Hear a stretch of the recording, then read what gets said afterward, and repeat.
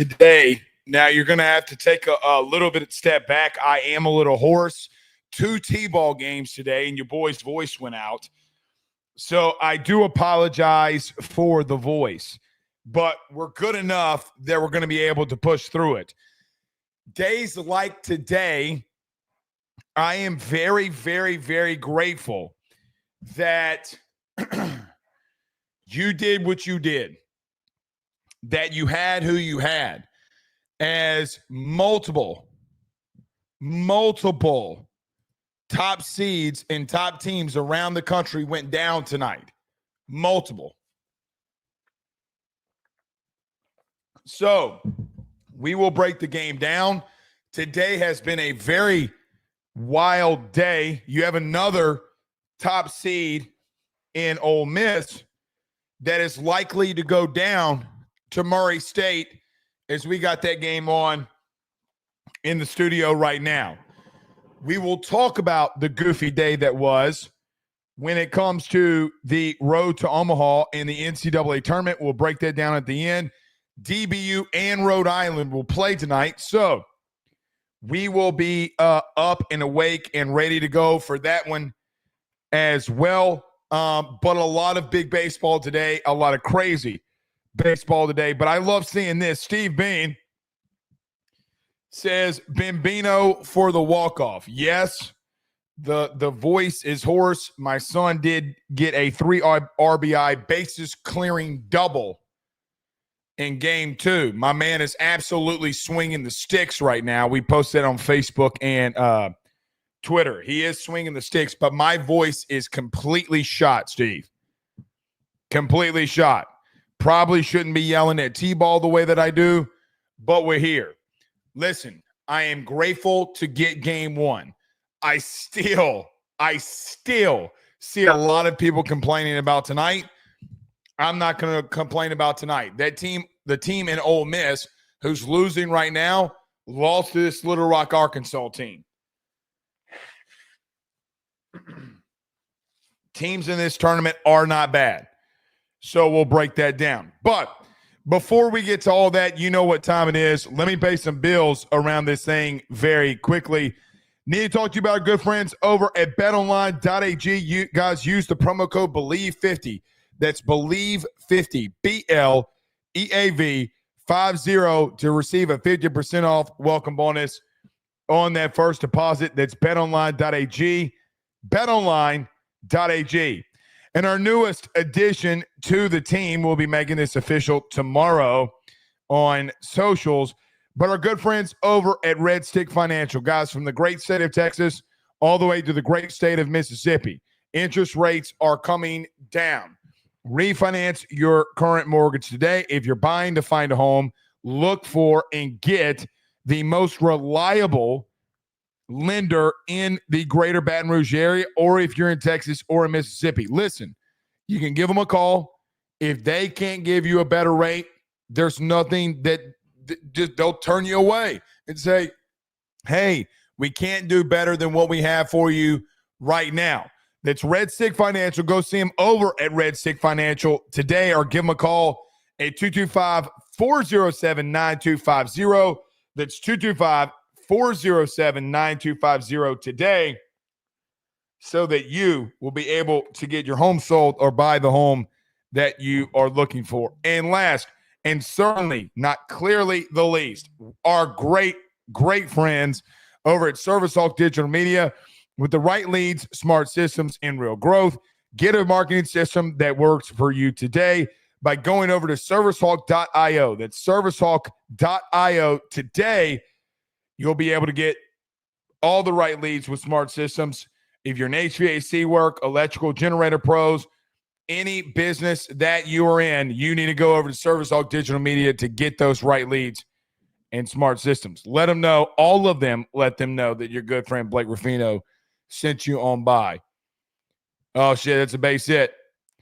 Murray State's going to go up 9-6 in the top of the 9th against Ole Miss. Chaotic day.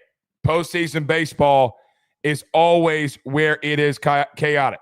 All right, lastly, do us a favor, hit the like and share Share all those groups if you're on Facebook and to all those social media pages. You're watching us, listening to us on YouTube. Like, subscribe, notification bell, wherever you listen to podcasts. Rate, review, and subscribe. Thank you to all those who have given us the 5 stars the last couple of weeks on the Apple Podcast. I do greatly appreciate that.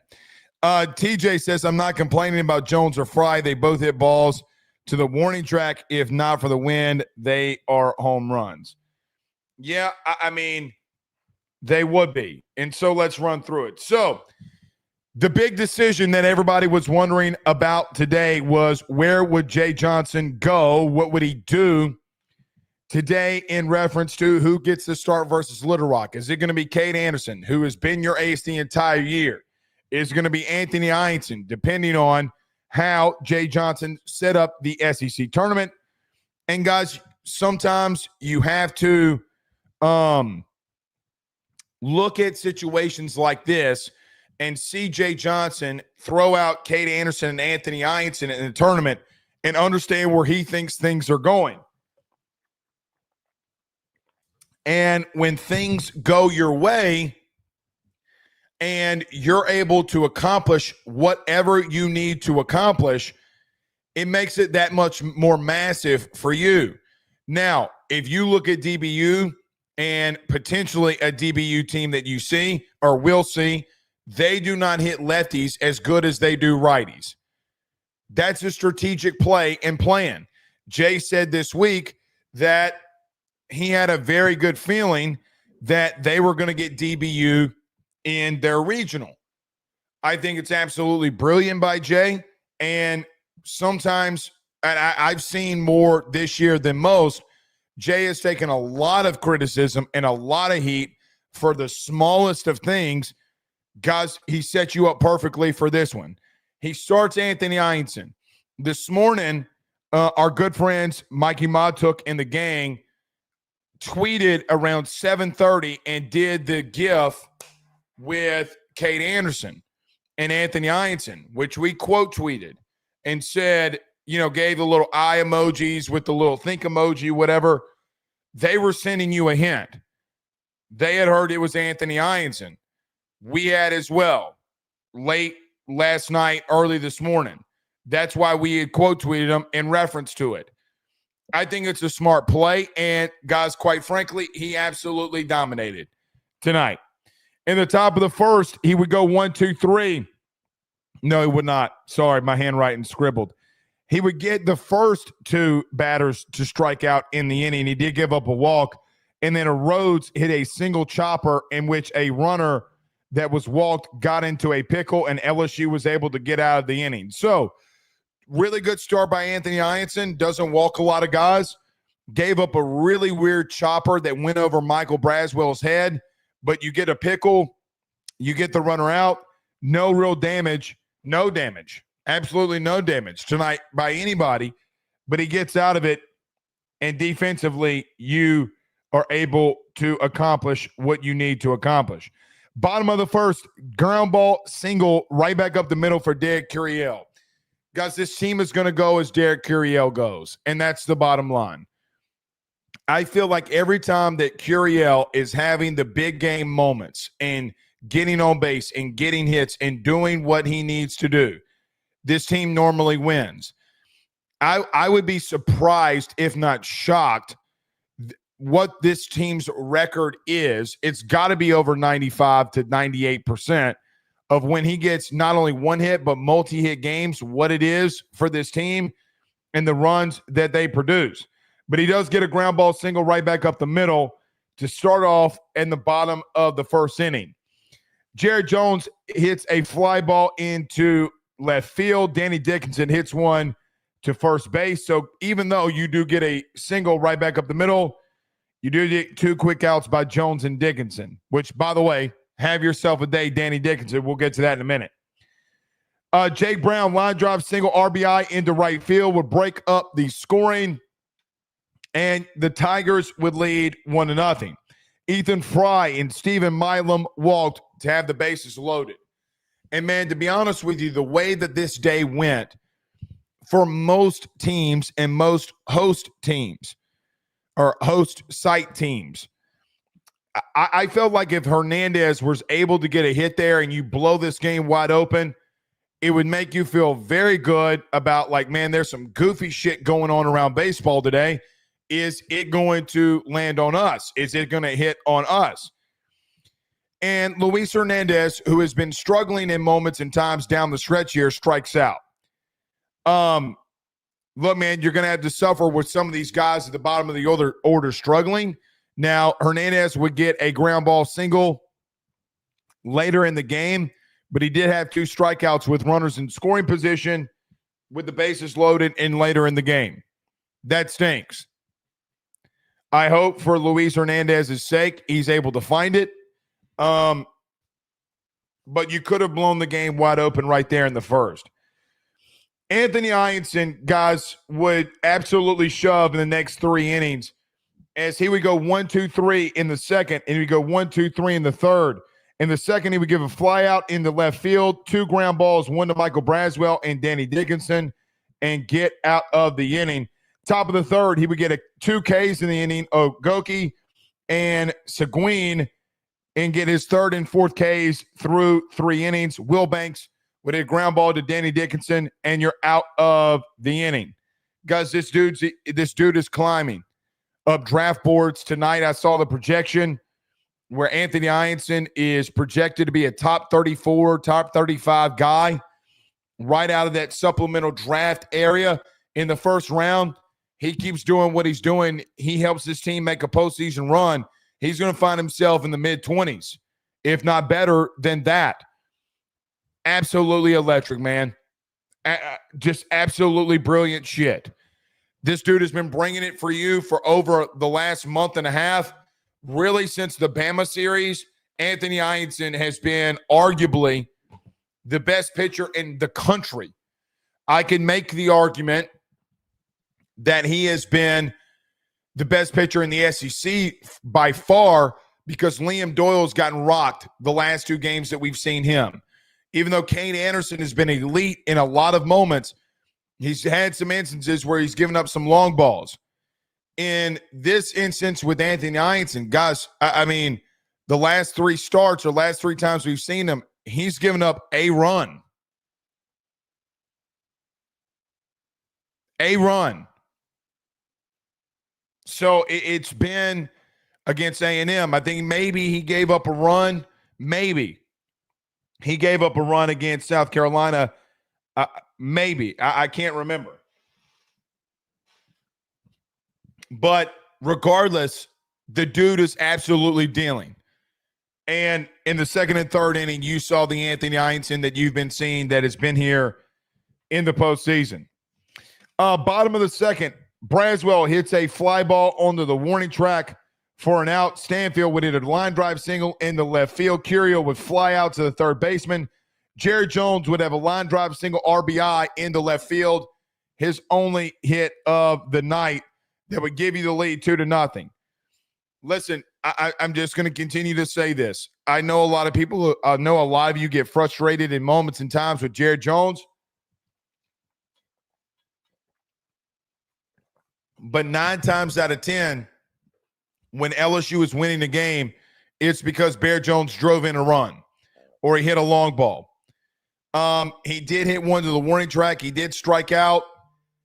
I mean, sometimes, man, it just goes that way. But regardless of that, I mean, the production there from him in the bottom of the second is amazing, and it's absolutely what you needed. Tigers up 2-0 in the second. Bottom of the third, that Tigers would go down in order. Brown would strike out Ethan Fry with a fly ball to the warning track in the left field, and Stephen Milam would ground out to the first baseman. So Tigers still lead 2-0 in the third inning. Top of the fourth, Ianson would get Henry to strike out, a ground ball to first base, a line drive single by Rhodes into the 4-hole, and then a fielder's choice by Martin, 6-4 to get out of the inning. So in 3 innings, guys, Anthony Ianson in the postseason gave up a hit. A hit. Good on him. I mean, I guess technically he gave up one in the first with the chopper over the first baseman's head. So he gave up 2 hits, both to the same guy. Outside of that, nobody did anything, and he gets himself out of it. Absolutely shoving through 4. Bottom of the 4th, Luis Hernandez is a line drive single into the 5-hole. You get a sac bunt brilliantly placed by Michael Braswell. So runner on second. Stanfield gets out on a 5-3, but the runner does advance, and Derek Curiel strikes out looking to end the inning. Again, everybody blames the bunt, right? Like everybody's blaming the bunt in this inning. I shouldn't say everybody. People who don't know baseball are blaming the bunt for not producing a run in the 4th inning because the bunt had nothing to do with it. You got a runner on second. You got Chris Stanfield up. He hits a ground ball to the third baseman, which he makes a really good play on, and Derek Curiel strikes out looking. So you got to produce. The execution is there. The execution by Braswell, I should say, is there. You got to execute on the back end when you have a runner on second. Hit a ground ball if you're Stanfield. Instead of pulling everything, hit the ball to second base and let the runner advance. Regardless, he still advanced anyway, so you did your job. And Derek Curiel cannot strike out looking with a runner on third. So you do have the bases loaded and a runner on third with 2 outs, and you're unable to produce any runs in those current situations. Because in the postseason against better opponents, you're going to have to get a big base hit there to win it. And that is the bottom line. That because not just because Stone Cold said so, but that is postseason baseball. You're going to have to get that hit when the moment and times matter. Now, the first negative thing, quote unquote, that I've said about tonight, I should remind people when we do these post games, these are 1-game sample sizes. I don't know if what you saw against Ole Miss with LSU getting 2 hits and tonight from an offensive standpoint through 4 innings made you feel comfortable, right? But you did exactly what you needed to do. You just got to get big base hits in crucial moments like that against lesser opponents to blow them out. And you were unable to get it there. I would say those 2 innings were the ones that got away from you. When you had chances to execute, you're unable to execute, and you needed to. So if you connect in those 2 innings, or even in just one of those innings, say you get a base hit with the bases loaded. I mean, guys, then you're really cooking with grease. You got your grandmammy's fried chicken in the grease, and it's sitting there, and you're ready to go. Got to be better in those situations in the postseason against better opponents. Top 5, Anthony Ianson leads off by hitting the first batter he sees, only the second hit batter that he's had all year. But he turns right around and gets Cano to hit into a 6-4-3 double play and then strikes out Goki to end the inning. So another 1-2-3 inning for Anthony Ianson. Bottom 5, Wells is still in the game, who, guys, I know his ERA is elevated this year, but was one of the best pitchers in 2023 for whatever that's worth. Jones flies out again to the warning track. He would later in the game into right field.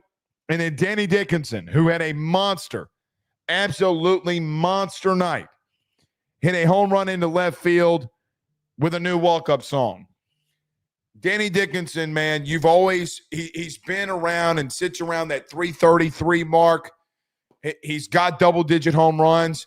You were always, at least for me this entire season, against any opponent, you were wondering when Danny Dickinson would have the massive power game. Well, today it came, and guys, that ball was blasted with the wind blowing in.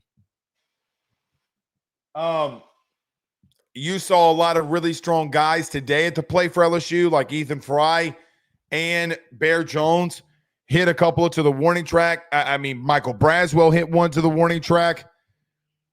Danny Dickinson got barreled up and got a hold of a couple. It did look like, at least to me, that some of the Tigers, especially Danny Dickinson, was using a new bat tonight going into postseason. And I wonder how much that has affected Danny Dickinson tonight. Let's see what happens tomorrow and throughout the the postseason, but he certainly got a hold of one in the 5th inning, which would make it 3-0 for the Tigers in the bottom of the 5th and bottom of the 5th. Excuse me. Looked like Danny Dickinson's swing was a little bit quicker. Bat speed was a little bit more there. I thought throughout the season his bat speed, for what it's worth, I felt like the bat looked a little too heavy for him. And it's not, but it felt that way. Definitely got his hands inside, hit the inside of the baseball, and launched a couple. He almost got his third one. He hit in the deep center field. Tonight, he really swung it. And it looked like his hand speed was pretty elite tonight, if you ask me. So if you're asking for a change, man, damn, Danny Dickinson looked good. Tonight, for sure, his hand speed looked a lot quicker. And he certainly got a hold of that one in the 5th. Jake Brown with a bloop double into center field. Ethan Fry would ground out to the shortstop. Stephen Milam would walk. And Hernandez would also ground out to the shortstop. So, unable to do anything with the Jake Brown bloop double. But you do get a run in the inning with Danny Dickinson going yard. Top of the 6th, Anthony Ianson still in. Probably and arguably Ianson's toughest inning of work as he gets 2 outs, one by ground out in his 7th K, which would be his last K of the night. In 2 outs, Henry and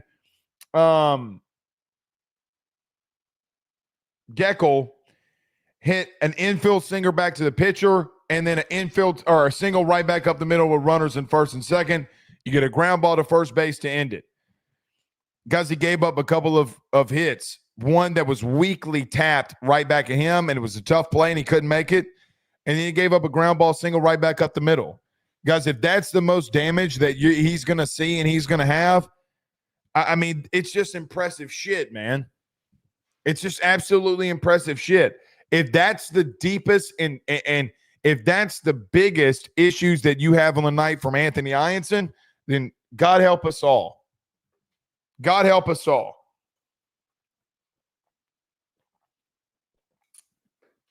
Because he's on one. I mean, he was absolutely on one. And in ending the 6th inning, the guy at the end of the inning for Ianson, Rhodes, was the guy that had the 2 hits off of Anthony Ianson the previous 2 at-bats that he had seen him. So any chance for Little Rock to get on the board would have been then by the guy who's got 2 hits against Anthony Ianson, and he eats a weak ground ball to first base, and you get out of the inning. Top of the 6th, Will Banks would – oh, we just went through that. Excuse me. Bottom of the 6th, Michael Braswell would ground out to the shortstop. Chris Stanfield would walk.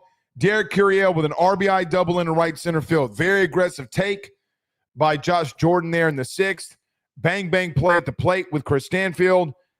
But absolutely crucial.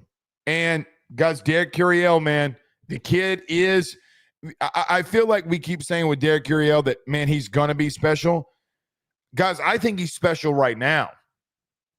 I mean, left-handed pitching, yeah, he struggles, and you might have to change some things up there. But good googly moogly, this kid is, again, I'm not even going to say he's going to be special. He's special right now.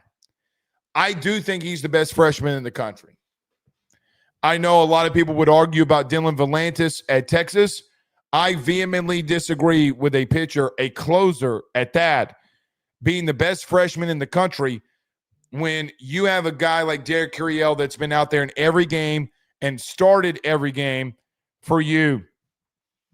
And some of the defensive plays that he's made too. I mean, tonight is just a microcosm of what this kid's going to be.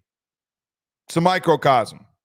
When we look through the lens of what Derek Curiel's career may be at LSU, he is a draft-eligible sophomore. He may only have one more year, but, man, he's going and is special. He goes, your team goes. He's like the gasoline for your car, the electric battery charger for your Tesla, whatever analogy you want to use. He is the engine that drives this team, man. He has been all year, and he will continue to be. That RBI single or RBI double in the 6th was a crucial one. A crucial one. Can't let bad teams stay around, and you get a run and play to run to be able to do it. Jared Jones would strike out in the 6th. Tough night for the Jones and the Bear, but did get the RBI single. Danny Dickinson would come up in the 6th and hit his second long ball of the night. Again, have yourself a night, Danny Dickinson. I think that everybody should buy cross earrings and wear them, clip-ons, because this kid's a vibe, man.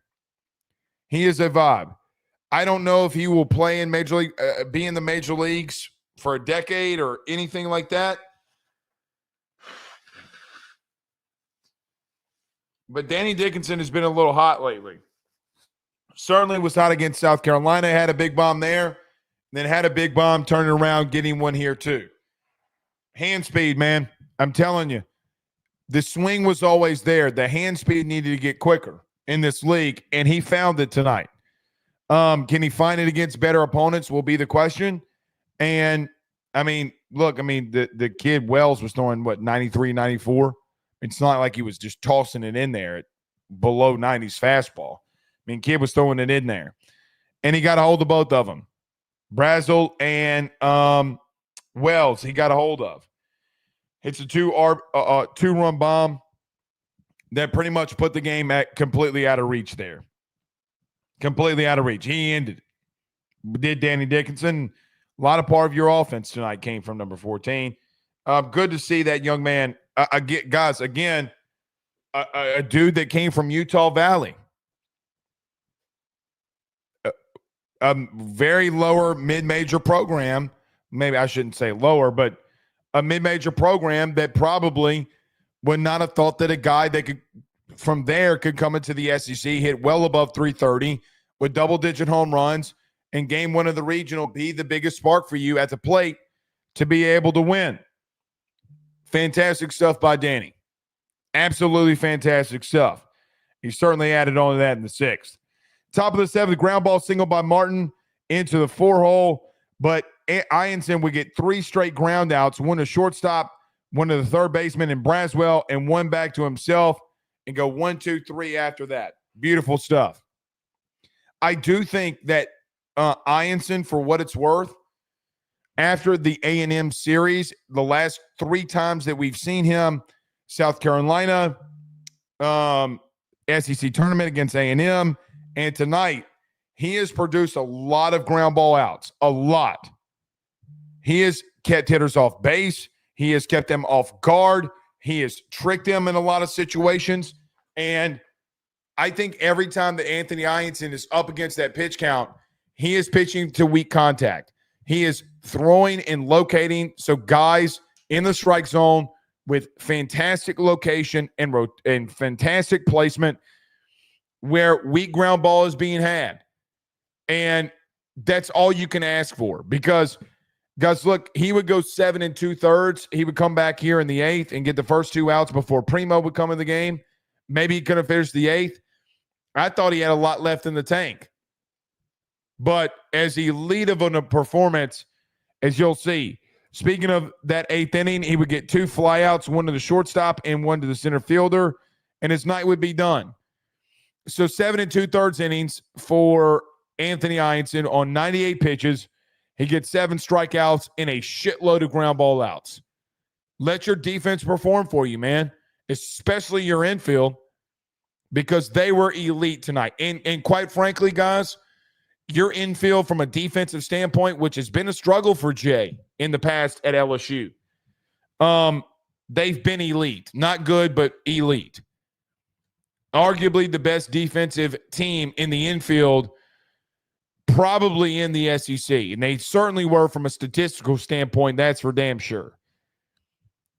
Pitch count up, get weak contact, get in, get out of there. The 7th inning, for what it's worth, that 7th inning, Anthony Ianson threw 8 pitches. 8. 8 pitches. He did it against South Carolina. He did it against A&M. He's doing it here, man. Look, to be blunt with you, I am at a little loss for words right now for Anthony Ianson. I mean, I'm not really. But in reference to Ant, man, I look, say what you want, think what you want, agree or disagree. But I really think I can make the argument the last month and a half he's been the best pitcher in the SEC all told. Knowing what we know, seeing what we've seen, I mean, you guys, you damn near threw your ace tonight. Now, you didn't throw Cade Anderson, and you didn't throw your big arms out of the bullpen. And you could definitely make the argument that Cade Anderson is not only the ace of this team, but one of the best pitchers in the country. But, man, Anthony Ianson, to me, has been the best pitcher in the SEC, bar none. Not really even debatable the last month and a half.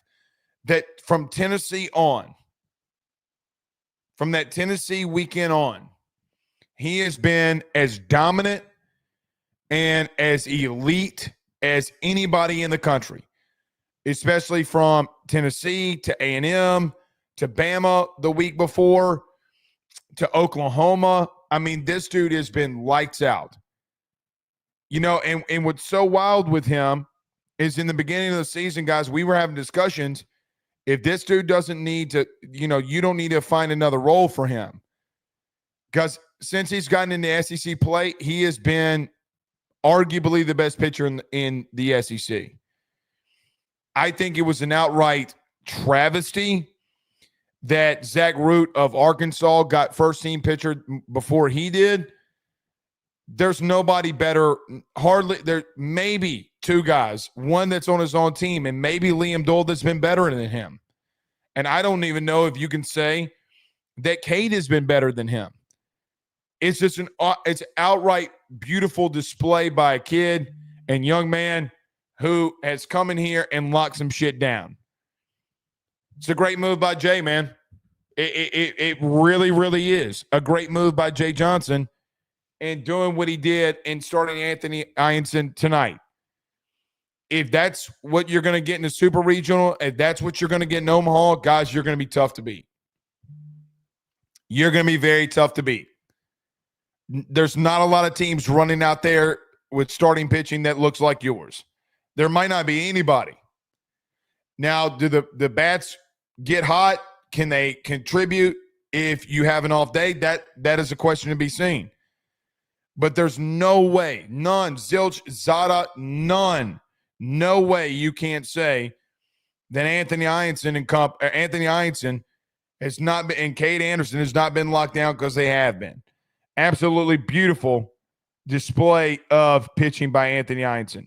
So Primo did come for him in the eighth inning. So there's 7 2/3, 7 innings pitched. 7 2/3 innings pitched. Got a lot of weak contact. Absolutely beautiful to see. Bottom of the seventh, let's rewind the clock a little bit here. Milam hits a double off the wall in the left field. Luis Hernandez would strike out. But Michael Braswell would hit an RBI double in the center field that would give you another run. Pearson comes up, hits a fly ball to the shortstop. Intentional walk by Derek Curiel to get to Jared Jones. Then I thought that dude was stupid. I still think it's a stupid decision to walk Curiel to get to Jones. I think it's dumb diddy dum-dum. I think that you should have your head coaching card revoked if you walk Curiel for Jones. And I know it worked out this time. You walk Curiel, it worked out this time. It's not going to work out every time. It's just not going to. But Jerry Jones does hit a fly ball to the warning track for an out in the right field. And an FO9 turns into just to a very, very long out. Oh, it is. Very, very long out. So, yeah. Look, bottom of the eighth. Dickinson and Brown hit fly balls from the warning track into center field. Ethan Fry strikes out. Hit a lot of balls hard tonight, man. You squared a lot of balls up tonight. Let's see if that turns around for you tomorrow. We'll see.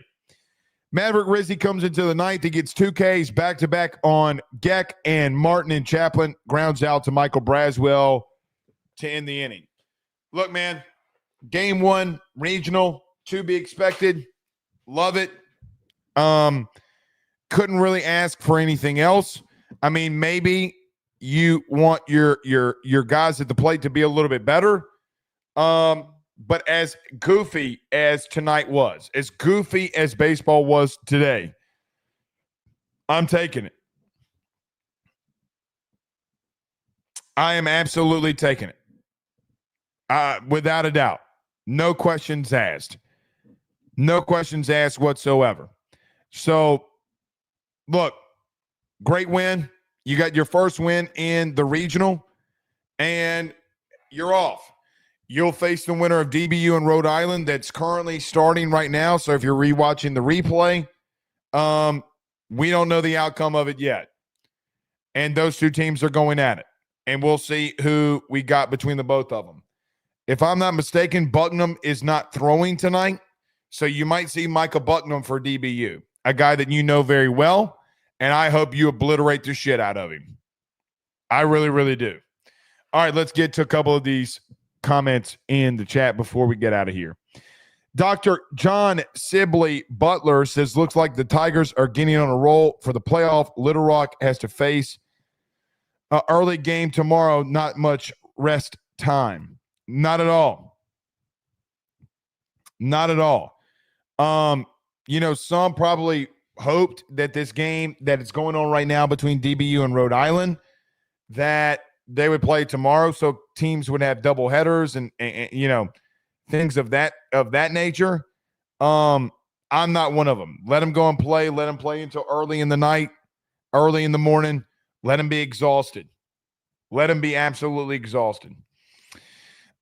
Stephen Young says, Ianson is the best pitcher I've seen at pitching out of jams, even better than Mikhail Hilliard. Yeah, every time Jay does a postgame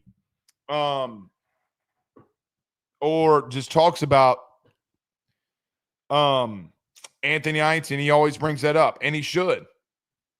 He absolutely should. He is so great. He's got ice water in his veins, man.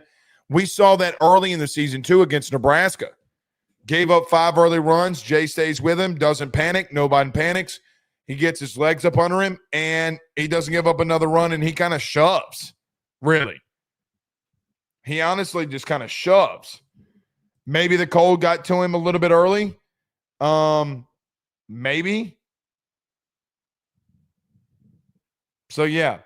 LSU Shreveport, by the way, who's undefeated, trying to go 58 or 59-0, just singled right back up the middle, so they lead 9-7. So, LSU Shreveport. How about the boys? Jack Pringles on YouTube says, bunting is a part of baseball. The guy with the other podcast rants about bunting is bad. Not sure where did he get his baseball knowledge. It's not bad. Bunting has been a part of the game forever. I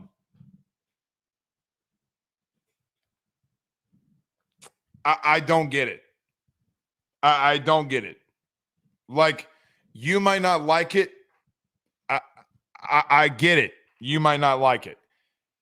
Guys, you didn't bunt or attempt to bunt last week against Ole Miss. You did it one time tonight. When you lay a bunt down and it gets executed, your other guys have to come in and fucking execute. Like, I don't know what is so hard about that, like, understanding that. I just vehemently disagree with that point. I think it's a horrible take to talk about not bunting. I think it's Dookie water bad take. Anthony B. Saint says, Blake, why are you swinging at clear balls when their starter couldn't throw a strike? Take until he throws a strike. I thought we had a pretty good awareness at the plate, if I'm being honest. I just think we couldn't execute. You ran his pitch count up massively, and you got him out there relatively quick. Guys, in 2023, this kid led the country more than Paul Skeens in ERA. They're not a great team. And we didn't really break them down or talk about them a lot. They're not a great team, and I understand that. But Anthony, I think you were fine. I think if I'm being honest, I think you were taking too many pitches. This team has got to tattoo one when they're just going to lay in a dick high fastball. I feel like Curiel always lets the first one go by. Always. Now, there's been some times where he's tattooed like a first pitch that's right down the heart of the plate. But man, there are moments I wish you would be more aggressive, if I'm being honest. Brandon Reese says Vanderbilt almost lost. They did. And Ole Miss did lose. Ole Miss did lose. So, yeah. Swamp Coon says I didn't want to start an ace today. I thought today was a good opportunity to start a postseason when the losers bracket is on the line. I thought today was well fought.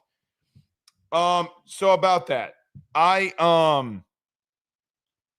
as wild as today went for most, I'm glad you didn't.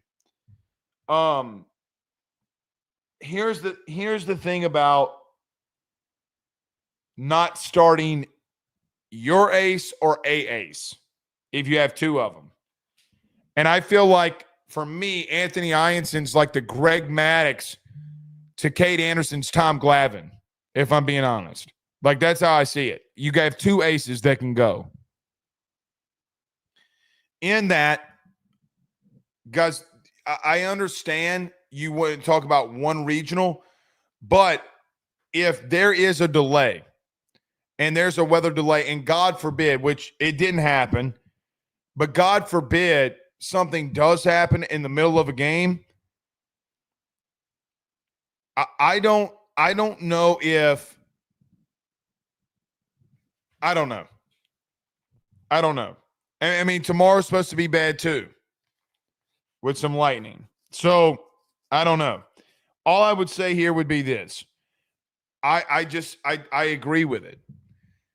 You got to have some foresight with you to think that you can win your regional, and rest and timing would be the big thing. I mean, let's just say you don't start them tonight and you throw Kate Anderson tomorrow and Anthony Ionson on Sunday.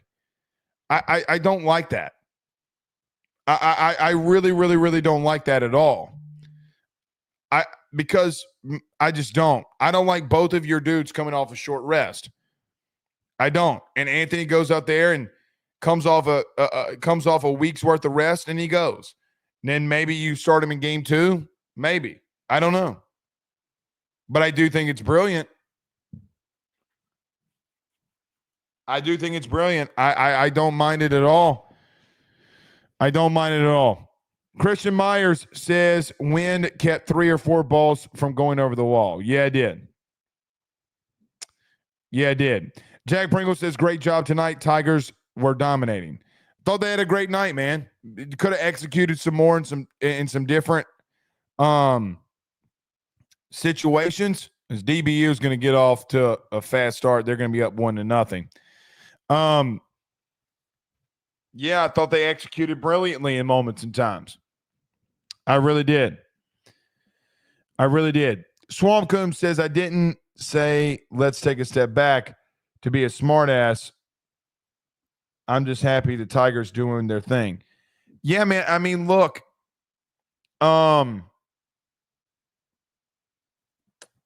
Again, you're in postseason play, man. I mean, you did better offensively against Tulane in 2023, and you struggled against Wofford last year. These games are never easy, man. You're in the postseason.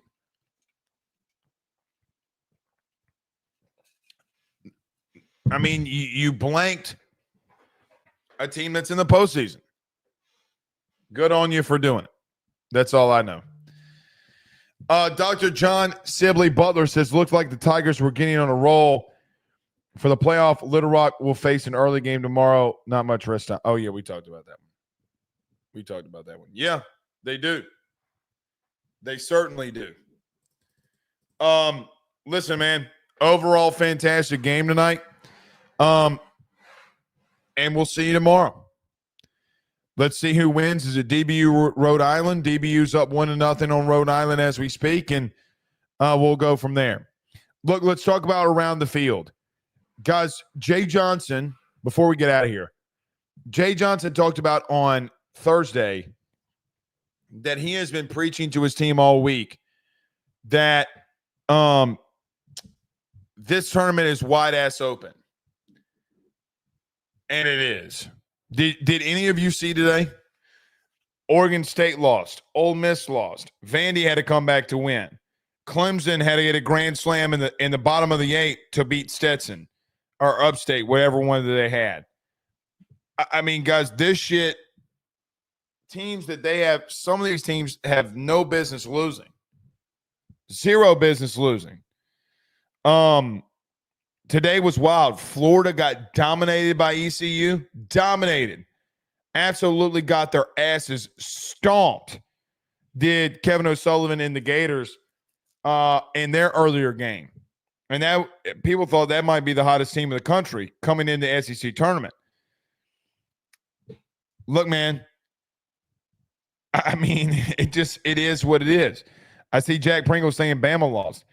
Guys, we literally talked about Miami two and a half weeks ago on this show. Like they went on like a 17-game run. A 17-game run. They lost in their tournament. I mean, it is what it is. But they don't suck. They can swing these sticks. Fuck, Southern Miss. Southern Miss got beat. Southern Miss got beat. You know, we had the guy Mark that comes in here from time to time on Facebook. Where's the Southern Miss people at tonight? You got beat by Columbia. Columbia. The really good law school of Columbia. Now, I will say this. Columbia has put out some solid players that have come into the SEC. Some upperclassmen, some grad transfers. But you got beat by Columbia, man. So Miami and Columbia. Miami's got a very clear track to win that whole freaking regional. So now Bama and Southern Miss face off, and that's a dogfight, dude. That is a dogfight. Bama going to be 0-2. Is Southern Miss in their own regional going to be 0-2? That would suck if you're Southern Miss. But listen, man, Miami's a really good team. A really damn good team. I think they're wasting LeBron, though. I really do. And Snell. They're not a good team. I mean, they're an okay team. But, man, Bama's too talented to be having some of the issues that they have. DA says this was the best umpire I saw behind the plate all year in college baseball. Without a doubt. Yeah, and great. Here's the thing. Dude ain't from the SEC. That dude was consistent. I mean, dude was fantastic. I think DA is spot on there. He was fantastic. Hopefully the same umpire and crew will do some of the same. I mean, we'll see if we'll see with the DBU game, but hopefully this crew is really good. They sent one of the SEC crews to Southern Miss. Did y'all see how awful some of that shit was? The Miss Vanderbilt home run, the first base umpire was a dude from the SEC. But, yeah, not from the SEC. And I only run tall stops. Says that's probably why he was good. Yeah, probably. You know, you got Greg Sankey out there talking all week about them needing finances and them needing money. No, motherfucker, you need to change what you're doing from a selection part of guys that you get to come in this conference and umpire baseball. Because some of them dudes is trash. You hear me? Ass. I think the guy from behind the plate tonight was a part of the ACC, if I'm not mistaken. ACC does some really good things in college baseball. That's for damn sure. That is for damn sure. Let me go up here and get maybe a couple more before we roll out. Steve Bean says they look fresh and ready to go. Yeah, they did. They did. I thought they looked good. TJ says Ole Miss is in trouble. Down 1. Oh, yeah. Well, they lost. And I think DBU just hit a bomb.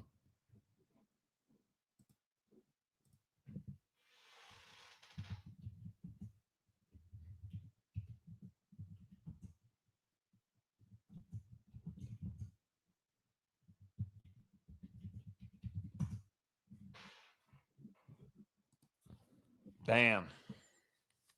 This team's good, man. Team gonna swing it. You better buckle up tomorrow, big guy. You better buckle up tomorrow. Team gonna come in here swinging it. God, that ball is tattooed. Ball's crushed. All right. We're out of here. We'll see y'all tomorrow. Another post game. I've been going to baseball camp all week. We had 2 T-ball games back to back. I'm exhausted. Oh, they just hit another one.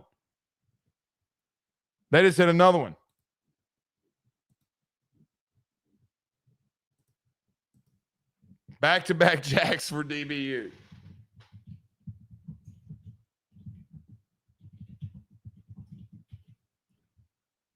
Damn. It's going to be a fun one tomorrow, man. It's going to be a really fun one tomorrow. Better buckle it up. Buckle up that chin strap. Till then, we'll see y'all then. Y'all have a great night, man. Peace.